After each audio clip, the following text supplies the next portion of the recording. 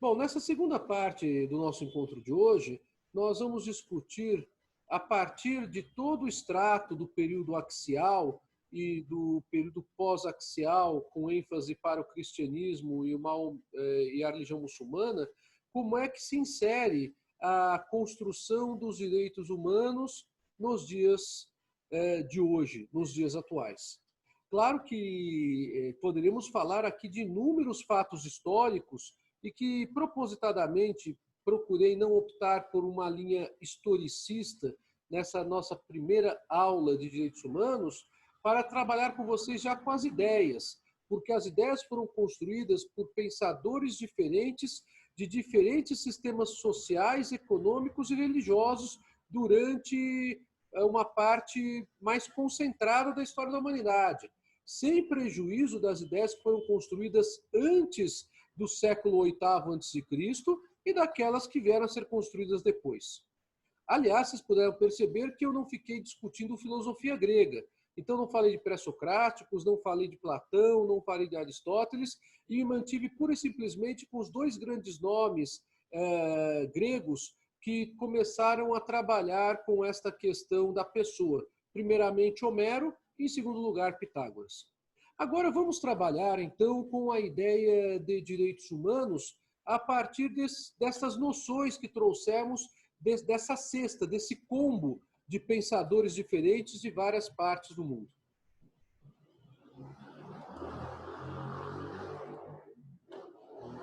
Estou aqui recolocando, então, o PowerPoint para vocês. Espero que todos estejam conseguindo ver.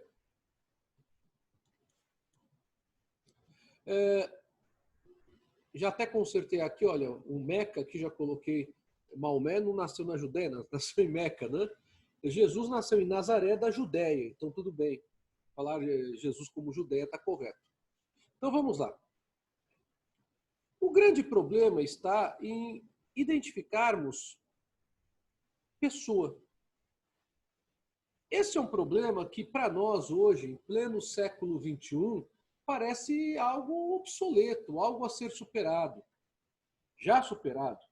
Mas não pense que você mora numa grande metrópole, numa das maiores metrópoles do mundo, aonde o estilo de vida e onde as questões relacionadas a direitos sociais, econômicos e culturais se encontra bastante desenvolvida. Muito embora a própria cidade de São Paulo seja um exemplo de heterogeneidade muito grande, em disparidade muito grande, tanto social quanto econômica ou cultural. Imaginem vocês o mundo. São Paulo não é o mundo. São Paulo pode até representar, de certa forma, o mundo pela quantidade de imigrantes que temos, pela quantidade de comércio que temos, mas não é o mundo. São Paulo não é a realidade do Brasil, por exemplo. Não dá para dizermos que a realidade da cidade de São Paulo, do morador da cidade de São Paulo, é a mesmíssima realidade do morador do sertão nordestino ou do norte brasileiro. Indo para o sul mesmo, há vários guetos de pobreza em alguns lugares do oeste do estado de Santa Catarina até hoje. Então, quando falamos em discutir pessoa, estamos falando em discutir pessoa como alguma noção de ordem que busque uma universalização. Porque apenas se pode falar em direitos humanos, na verdade, em sua sede originária, que é o estudo dos direitos humanos na sociedade internacional.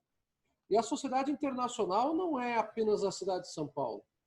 A sociedade internacional não é apenas Nova York, não é apenas Paris, Londres, Pequim, Tóquio. A sociedade internacional é também Botsuana, Ruanda, Papua Nova Guiné. Então, esse tipo de compreensão não pode ser afastado jamais. O nosso grande problema em direito internacional é entendermos um conceito de pessoa.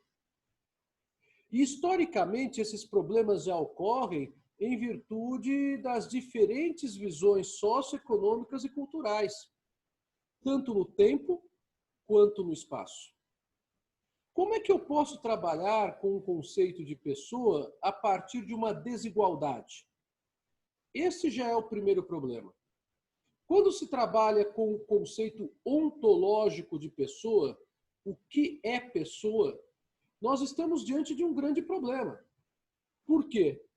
Porque ainda que reconhecemos, como vários desses pensadores que passamos a expor na primeira parte da aula de hoje, que as pessoas têm uma origem divina, na justificativa teocêntrica, ou que as pessoas, por razões científicas, devem ser consideradas iguais, pouco importando a sua origem socioeconômica ou cultural, essa igualdade ela acabou sendo muito mais pregada historicamente do ponto de vista formal do que do ponto de vista material, do que do ponto de vista de efetividade de igualdade. Então, poderíamos até falar que, muito embora religiões como o cristianismo, ou até mesmo a religião muçulmana, tenham falado da igualdade, esta igualdade na prática, historicamente, ficou muito limitada a um plano sobrenatural, ao plano do novo céu ou da nova terra, ao plano do nirvana, a um plano superior, ao plano da reencarnação. Mas na Terra, infelizmente, isso não se revelou. Pelo contrário, apesar da igualdade sobrenatural, o que existia era uma despreocupação com a busca da igualdade terrena. Isso é revelado até mesmo pela Igreja Católica. A Igreja Católica, nos 4 primeiros séculos, ela sempre pregou o que o cristianismo primitivo pregou. Só que, ao invés de se preocupar em dar dignidade, no sentido da igualdade a todas as pessoas, ela falava da igualdade perante Deus. E o primeiro grande concílio que começou a discutir identidades pessoais não foi um concílio que passou a discutir identidade de qualquer pessoa, mas foi o concílio de Nicéia, de 325 de nossa era, que passou a tratar da identidade de Jesus. A discussão desse concílio era se Jesus seria Deus, se ele teria divindade, ou se ele seria humano. A discussão nesse concílio, então, envolveu aqueles que defendiam o arionismo do bispo Ariot, segundo o qual Jesus era filho de Deus e tinha humanidade e não divindade, e a discussão travada entre os demais que acreditavam que Jesus havia adquirido a divindade quando nasceu e viveu aqui na Terra, manteve essa divindade. Então, essa discussão da identidade de Jesus é uma discussão de dogma da Igreja. Não resta dúvida quanto a isso. É uma discussão que envolve até mesmo admitir aquilo que os cristãos acreditam em trindade, o Deus Pai, Yahvé, o Deus Filho, Jesus Cristo, e o Deus Espírito Santo. Mas e a identidade das pessoas? Não foi discutida. De certa forma, essa reiteração da igualdade no plano sobrenatural e a ausência de discussão da igualdade no plano terrestre levou a uma legitimação indevida de práticas do passado. Então, ao mesmo tempo em que o cristianismo trouxe boas novas para as pessoas, os líderes do cristianismo não pugnaram naquele momento histórico sobre a busca da efetividade da igualdade entre as pessoas. Mas isso não foi um problema apenas das estruturas que lideraram o cristianismo da igreja organizada a partir de Constantino. Isso também se deve a outras denominações religiosas que, em suas estruturas, não reconheciam a universalidade do amor. Isso também se deve a outras organizações religiosas que, embora reconhecessem a universalidade do amor, se preocupavam muito mais com a cura interior do que com a relação social fixada na igualdade. Então, a escravidão passou a ser legitimada pelos próprios pensamentos religiosos e morais durante todos esses séculos, até o século XX.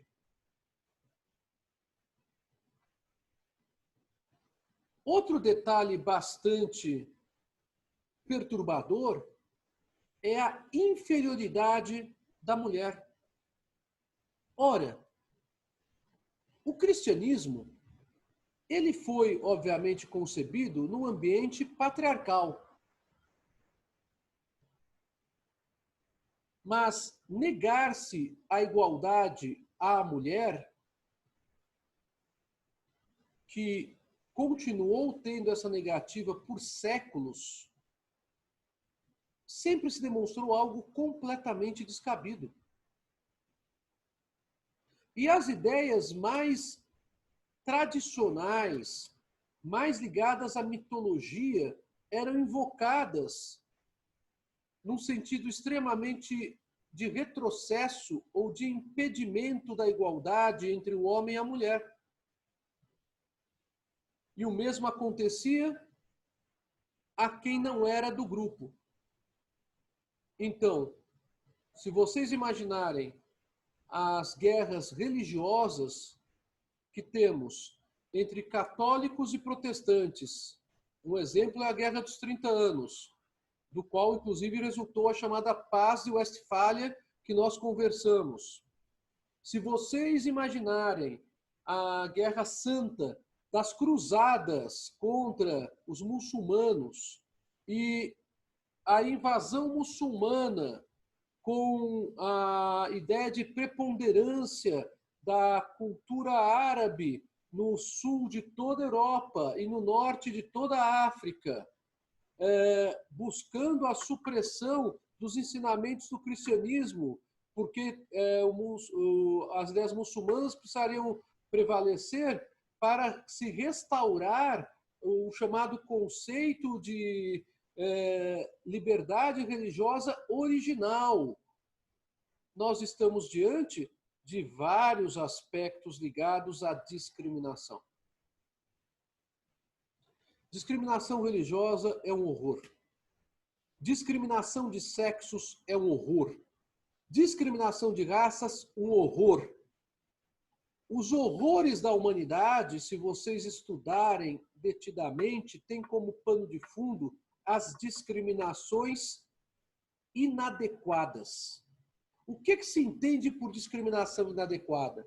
A discriminação ela deve existir por razões ontológicas, não por razões sociais, econômicas ou culturais.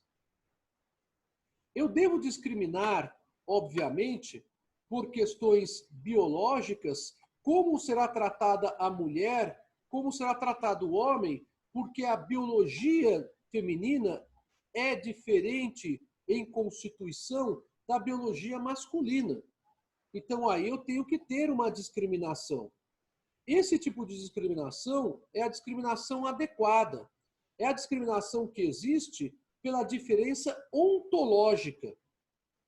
Mas eu não posso ter uma discriminação inadequada com base em diferenças que não correspondem à realidade, mas são frutos da mitologia antiga, são frutos do culturalismo antigo, são frutos do patriarcado, ou são frutos ainda de processos de prevalência de grupos étnicos, sociais, econômicos ou culturais sobre outros grupos. E o grande problema da história da humanidade está relacionado ao problema de relacionamento pela discriminação, aonde a discriminação deixa de ser a simples diferença de opinião e passa a ser a discriminação inadequada, aonde se suprime o outro. Essa supressão do outro é uma violação flagrante de algo que é inerente a toda a humanidade, a necessidade de alteridade. Quando se fala em direitos humanos, se fala necessariamente em olhar o outro, alteridade. Olhar o outro significa, acima de tudo, compreender o que o outro tem de igual e compreender o que o outro tem de diferente. E respeitar o outro pelas diferenças. Mas, infelizmente, a história da humanidade não foi feita assim, mas foi construída em cima de muita destruição, de muito preconceito e em cima de muito desgaste, em cima de muita indignidade do outro. O entendimento dos direitos humanos é o entendimento do olhar o outro.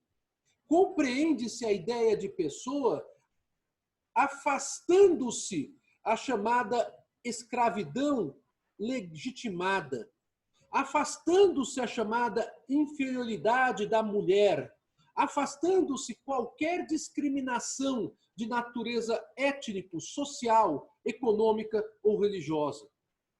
É esta que é a grande finalidade também da consagração dos direitos humanos na sociedade internacional. É isso que faz com que pessoas de culturas totalmente diferentes passem a respeitar e a entender o que há de igual entre elas e o que há de diferente entre elas.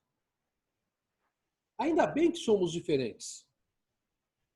A história não entendia isso, mas é justamente nas diferenças que o aprendizado cresce, o conhecimento se aprimora, e é nas diferenças que se buscam soluções compatíveis. Mas as diferenças não podem gerar discriminações odiosas. As discriminações só podem existir por razões puramente ontológicas. E aí chega o chamado darwinismo no século XIX, que é um ponto de inflexão profundo da ciência e que acaba sendo deturpado e se transforma num ataque às religiões, porque as religiões têm um forte fetiche para trás e o darwinismo tem um forte fetiche para frente. E o darwinismo acaba sendo deturpado pelos que são contrários às religiões, dizendo que o darwinismo constitui a prova inequívoca de que não existe Deus. Esta é uma outra questão bastante complexa e que nem é motivo para um curso de direitos humanos. Mas percebam bem, não existe Deus, mas o próprio Darwin era deísta.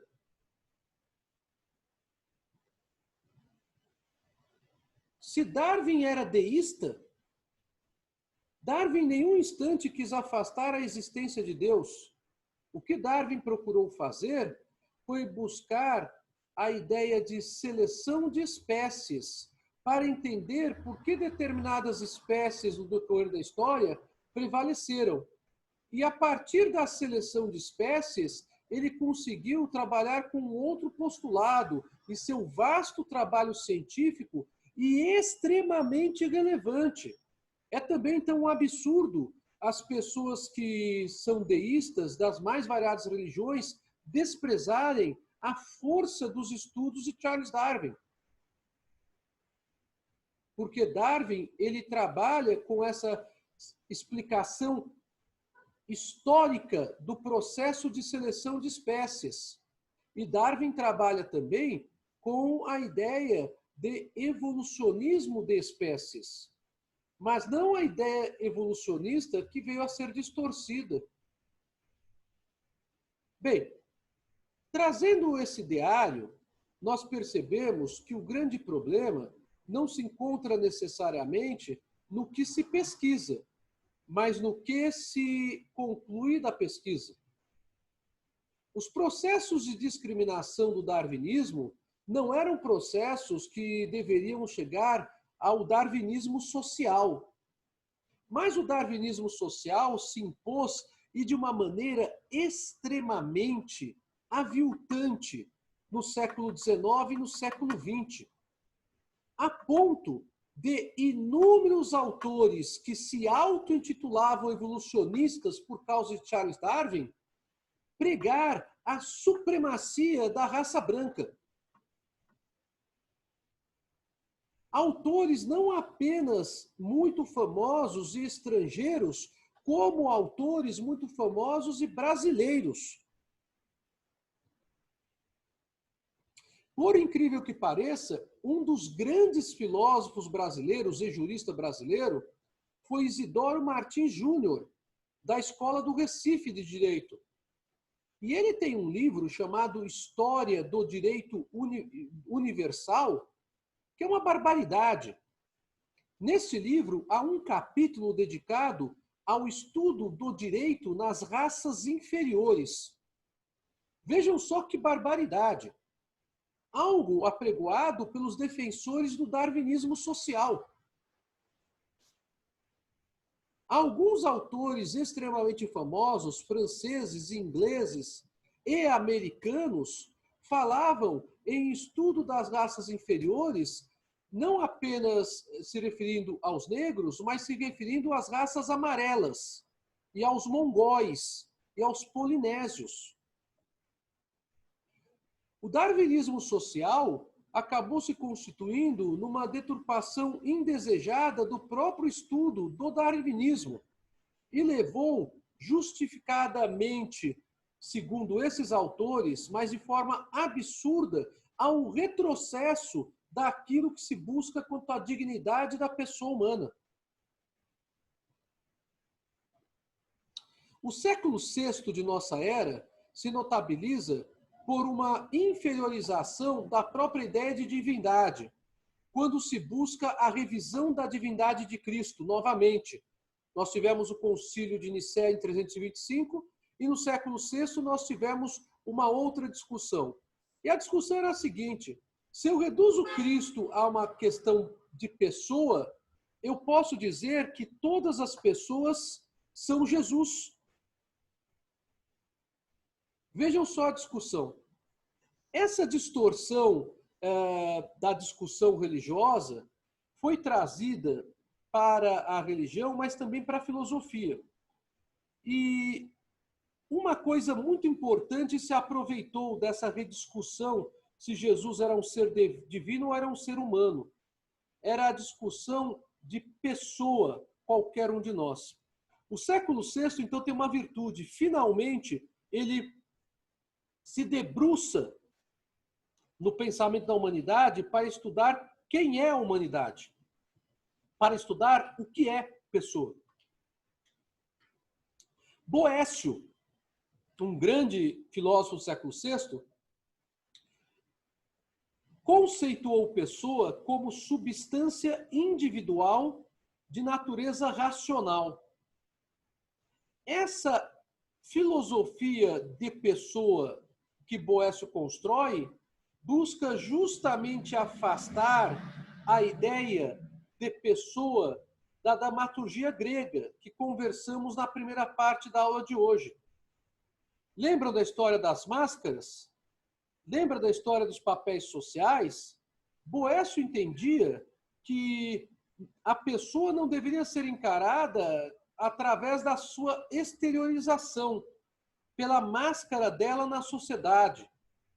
Boécio foi na contramão do pensamento grego e entendeu que a pessoa ela tem uma substância própria, que a distingue das demais, e é uma substância de natureza racional.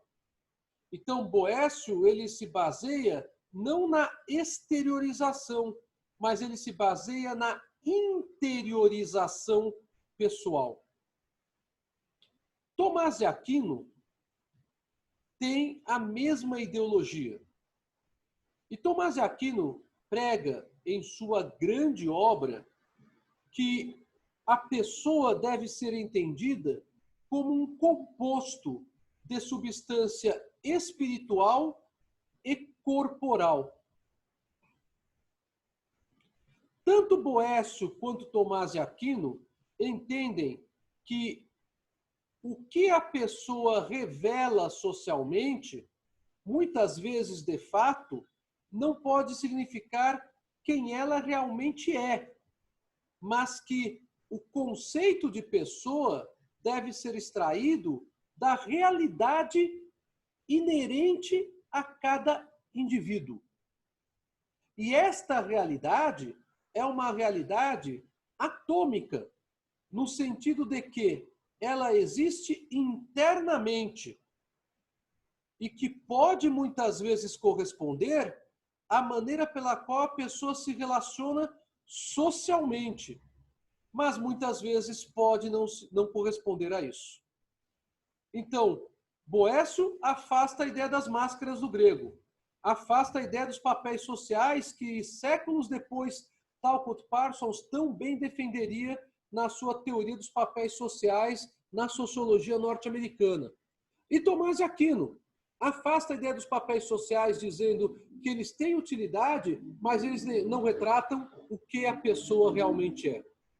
Este ponto de afastar os papéis sociais é decisivo.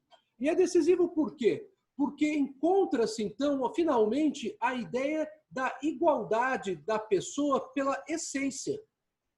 Então, eu não vou discutir aqui se a pessoa, por ser rica, deve ser tratada de maneira diferente da pessoa que é pobre. Esse tipo de discriminação é odiosa, é inadequada. Eu não vou discutir aqui se eu tenho que discriminar a pessoa de forma tal, simplesmente porque ela é originária de uma região, culturalmente falando, totalmente diferente da minha. Porque esta discriminação é inadequada. A discriminação ela deve existir apenas ontologicamente para o benefício daquela pessoa que é o objeto da discriminação. É aquilo que nós falamos.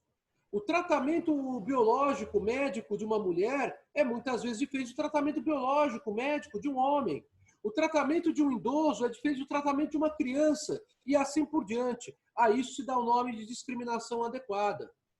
Porque é uma discriminação que ela não adjetiva de maneira pejorativa. É uma discriminação que ela trabalha com uma ideia universal. Todos nós temos uma igualdade como pessoas em essência, pouco importando o papel socioeconômico ou cultural que desempenhamos na coletividade. Esse é o núcleo central do conceito universal de direitos humanos, a igualdade de essência de cada ser humano. Agora, diante disso, nós temos condições de discutir aquele princípio que falamos antes do intervalo, o princípio da dignidade da pessoa humana, que é um princípio reconhecido por toda a sociedade internacional, em vários documentos internacionais, e apenas estou citando um aqui de início, que é a Declaração dos Direitos Humanos da ONU, de 1948. Mas vamos falar como é, então, que podemos construir essa ideia de dignidade na sociedade internacional contemporânea. Um grande filósofo que é muito lembrado por conta da ideia de dignidade é Immanuel Kant. Kant, ele trabalhou com a filosofia do conhecimento. E Kant ele tem como postulado que toda pessoa tem dignidade. E é isso que, segundo Kant, diferencia o ser humano dos outros animais. Para Kant, o ser racional, que é o ser humano, possui faculdade de agir. Ele pode ou não agir, é ele quem decidirá isso, mas essa faculdade de agir ele existe porque, ao contrário dos outros animais, para ele, Kant, essa faculdade se dá racionalmente, segundo a representação de mundo que o ser humano tem a respeito de leis e princípios que regem a sua conduta. Não vou aqui discutir se Kant tem razão ou não tem razão com relação aos animais. Porque o que nos interessa na aula de hoje é trabalharmos com a dignidade da pessoa humana. Mas Kant aqui se afasta de um dos maiores gênios da história da humanidade, que foi Leonardo da Vinci, que estabeleceu que apenas a partir do momento em que a humanidade conhecer a alma de um animal, é que ela entenderá o quanto ela ainda não é humana. Essa famosa frase de Leonardo da Vinci revela que, para Leonardo da Vinci, séculos antes de Kant, ao contrário do grande filósofo Immanuel Kant, os animais também têm um tipo de raciocínio ou um tipo de discernimento segundo as leis da natureza. Mas voltemos a Kant, que é o nosso tema de hoje. Para Kant, o ser humano existe como um fim em si mesmo. O ser humano, então, não é um meio para que a vontade de uma pessoa ou a vontade de outra pessoa possa se servir desse ser humano. Essa ideia de Kant é uma ideia libertária e é uma ideia que, sem sombra de dúvidas, justifica a abolição de qualquer forma de escravatura. Porque, a partir do instante em que o ser humano existe como um fim em si mesmo, e a partir do instante de que, como dissemos, a igualdade que deve existir como núcleo de conceito universal de direitos humanos é a igualdade de essência da pessoa, fica claro que o se servir do outro, aproveitando-se indevidamente do outro, constitui um cerceamento da faculdade de agir do outro. E isto é, portanto, algo contrário à ideia de escravidão.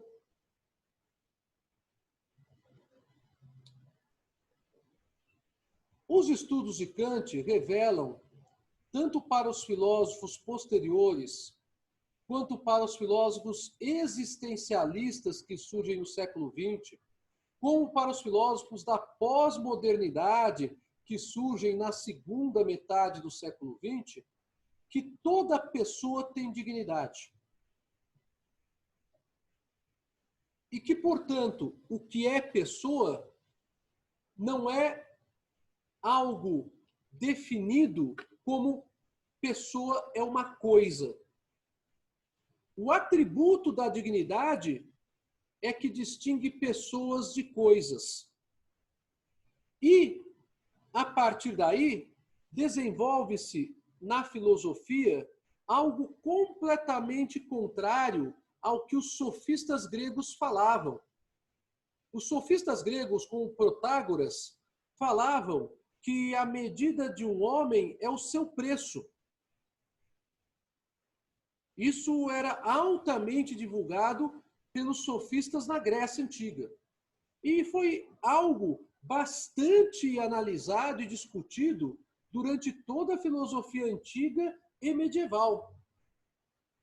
Kant, ele estabelece um rompimento dessa ideia, a partir do momento em que diz que a dignidade está relacionada à igualdade que existe na essência de cada um de nós.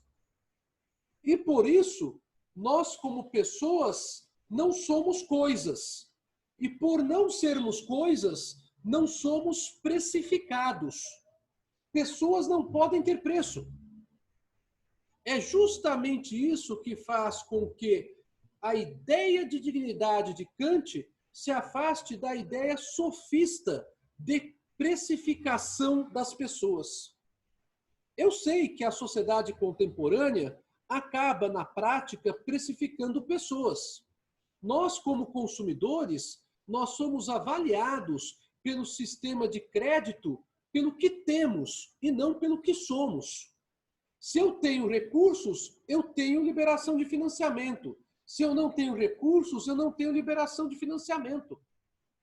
Mas há vários critérios que são colocados hoje na sociedade de informação, no programa do algoritmo que analisa a nossa condição pessoal para fins de direitos dos consumidores e que muitas vezes são critérios de discriminação odiosa, de discriminação inadequada. Porque ainda existe na sociedade contemporânea, em que pese a prevalecência do princípio da dignidade, da proteção da pessoa humana, a ideia de que somos precificáveis, a ideia de que Protágoras e os sofistas gregos teriam razão, dizendo que o homem se mede pelo valor, pelo preço dele. Um grande filósofo contemporâneo, sociólogo contemporâneo, é Zygmunt Bauman. Talvez você já tenha ouvido falar desse nome. Zygmunt Bauman, ele é polonês e foi professor, ele recentemente faleceu, acho que faleceu há uns 3 anos atrás, na Universidade de Leeds, na Inglaterra, durante muitos anos.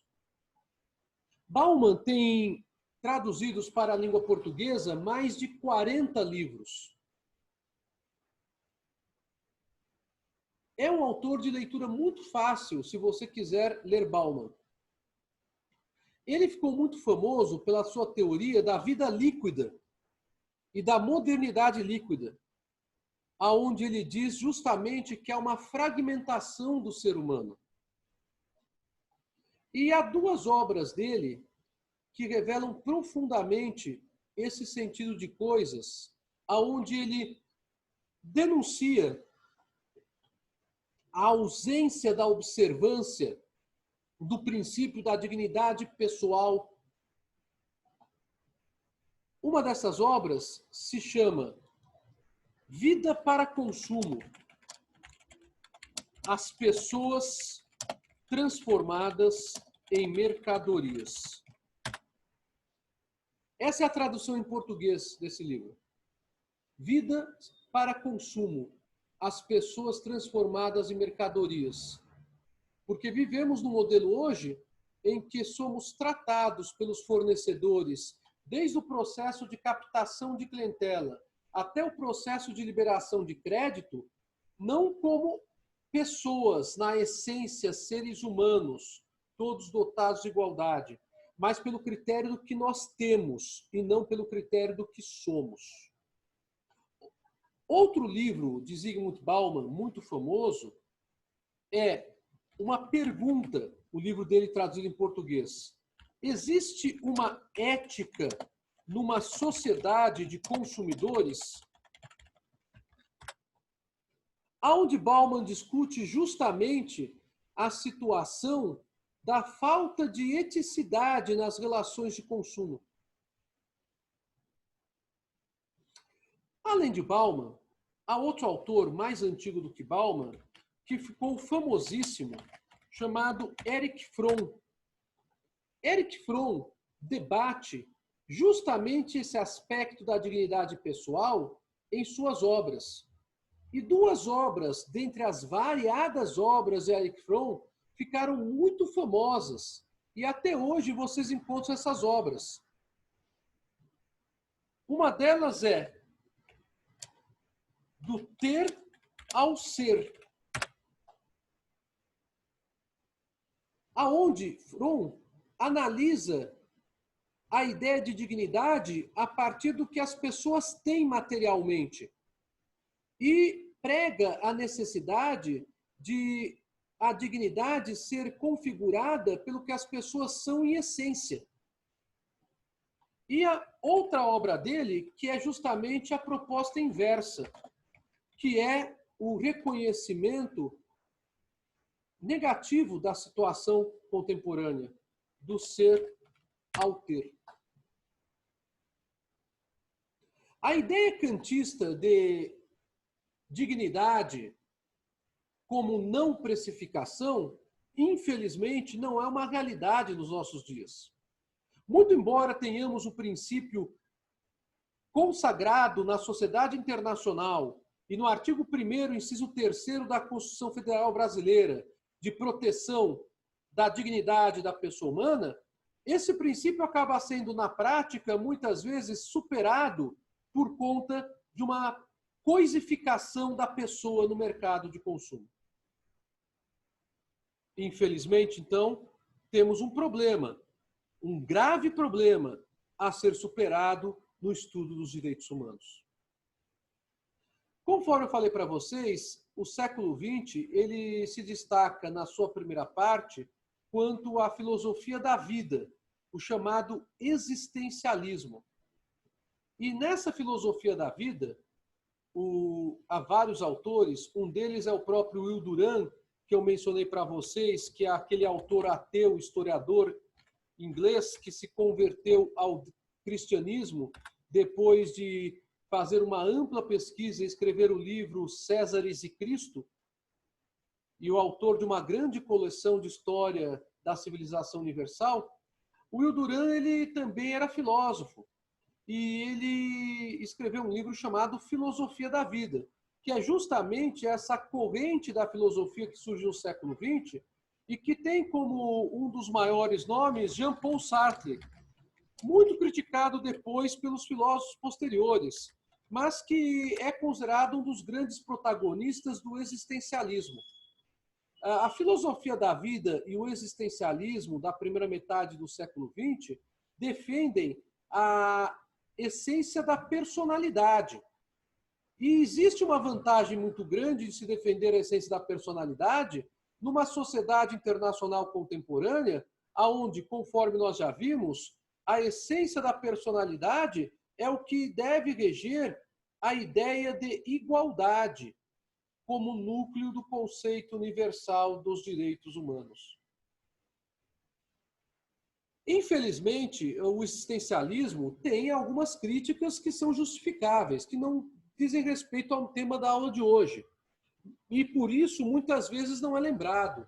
Mas a grande contribuição do existencialismo para a construção dos direitos humanos está justamente em afirmar que a essência da personalidade de cada ser humano não se confunde com a função social que cada ser humano tem.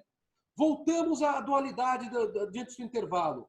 A ontologia, o que é pessoa, e a axiologia, para que serve a pessoa. Então, a essência da personalidade, ela é única e de todos nós. Curiosamente, um dos grandes ataques à teoria existencialista foi a ideia da escravidão, porque se sustentou que a ideia da escravidão estaria amparada pelo existencialismo, que seria um absurdo, aonde então o escravo teria igualdade na essência com personalidade, mas faria a função social dele escravo. Na verdade, não é isso que o existencialismo prega. O existencialismo prega que, em virtude da igualdade na essência da personalidade que tanto o escravo quanto o livre possuem, ambos devem ter funções sociais, embora diferentes, compatíveis com essa igualdade na essência da personalidade. Então, a teoria existencialista, ao contrário do que muitos falam, não é uma teoria a favor da escravatura. Pelo contrário, ela se baseia na igualdade de essência da personalidade para atacar a escravatura. Um dos grandes filósofos da Idade Média, que é até hoje muito lido, é Pico della Mirandola. Pico della Mirandola tem um livro que não é muito extenso, ele tem mais de um livro, mas ele tem um livro que não é muito extenso, que está traduzido no português e que eu, se fosse você, leria. Esse livro vai mudar muito o que você pensa sobre dignidade pessoal, com certeza. Pico della Mirandola fala: toda pessoa é um ser em processo de vir a ser. Isso quer dizer que, embora todos nós, como seres humanos, tenhamos igualdade na essência, todos nós atravessamos por processos diferentes de evolução da nossa personalidade. Esses processos diferentes não têm relação direta com a prática de atos jurídicos ou negócios jurídicos. Às vezes podem ter, mas muitas vezes não têm. Dizem respeito à evolução de ordem meramente psicológica ou à evolução de ordem relacionada à sociabilidade ou de ordem relacionada à aquisição de bens. A maneira pela qual se adquire os bens. Como se administram os bens. Então, a ideia de dignidade para Piccolo de la Mirandola é uma ideia de constante construção. Toda pessoa é um ser em processo de vir a ser. Esta é uma ideia que ainda hoje é bastante defendida, inclusive por filósofos da pós-modernidade. Diante de todo esse arsenal que discutimos na aula de hoje sobre dignidade pessoal, podemos agora trabalhar com o que a sociedade internacional diz sobre dignidade pessoal. A Declaração da ONU de Direitos Humanos, de 10 de dezembro de 1948, estabelece que todo homem tem direito de ser, em todos os lugares, reconhecido como pessoa. É o artigo 6º da Declaração. Isso significa que todo ser humano, porque homem está aqui em sentido universal. Era bastante comum esse sentido de universalização atribuída ao sexo masculino, na época em que a Declaração da ONU de 48 foi promulgada. Aliás, até hoje é ainda comum vermos essa atribuição do vocábulo homem não no sentido a pessoas do sexo masculino, mas no sentido de humanidade, de qualquer pessoa, criança, jovem, adulto ou idoso, do sexo masculino ou do sexo feminino. O que é interessante é que a Declaração da ONU de 48 dá a qualquer pessoa, em qualquer parte do planeta, o direito de ser reconhecida como pessoa. Nós já tínhamos, nesta época, 1948, praticamente suprimido a chamada escravidão legitimada no mundo. Isso decorre de uma convenção que é a de Genebra, de 1926, se não falha a memória, que inclusive eu coloco no PowerPoint. Então, a ideia de escravidão é uma ideia superada. Esta é uma ideia que não tem mais qualquer guarida perante a sociedade internacional. Até havia quem justificasse a escravatura no século XIX e mesmo no século XX. Basta lembrarmos que o Brasil foi um dos últimos países a abolir a escravatura em 1888, através do decreto da Princesa Isabel. Mas a escravatura ela já havia sido abolida alguns anos antes nos Estados Unidos, porém os defensores da escravatura eram, pasmem vocês, fortemente cristãos. Fortemente cristãos. E os defensores da escravatura entendiam que a escravatura ela não se constituía apenas em uma restrição de liberdade, mas consistia... Não sou eu que estou falando isso, por favor. É o que relata a história. Consistiria a escravatura numa espécie de benefício, olhem que absurdo, numa espécie de benefício para o escravo, porque o escravo teria à sua disposição sempre o amparo do seu senhor para qualquer necessidade, além de ter comida, além de ter habitação e além de ter vestuário. Vejam que a situação é mais distorcida perto do pensamento da sociedade contemporânea, e estou me referindo aqui a pensadores norte-americanos do século XIX, que defendiam a escravidão. Felizmente, desde a Convenção de Genebra de 26, a escravatura passou a ser vista não como algo que pudesse ser de alguma forma legitimada, mas como algo que constitui a perda da dignidade pessoal. E por isso contrariava ao sistema internacional. E a Declaração da ONU de 48 resgata isso, dizendo que todo homem tem direito de ser em todos os lugares reconhecido como pessoa. Então, se a pessoa tem dignidade, e se tem dignidade, não pode ser precificado, como os escravos eram. Eu vou ter que terminar a aula de hoje. Eu tinha mais algumas imagens, mas continuamos na aula que vem, que agora já são 11h44. Eu pergunto para vocês se vocês têm alguma dúvida, se há alguma questão.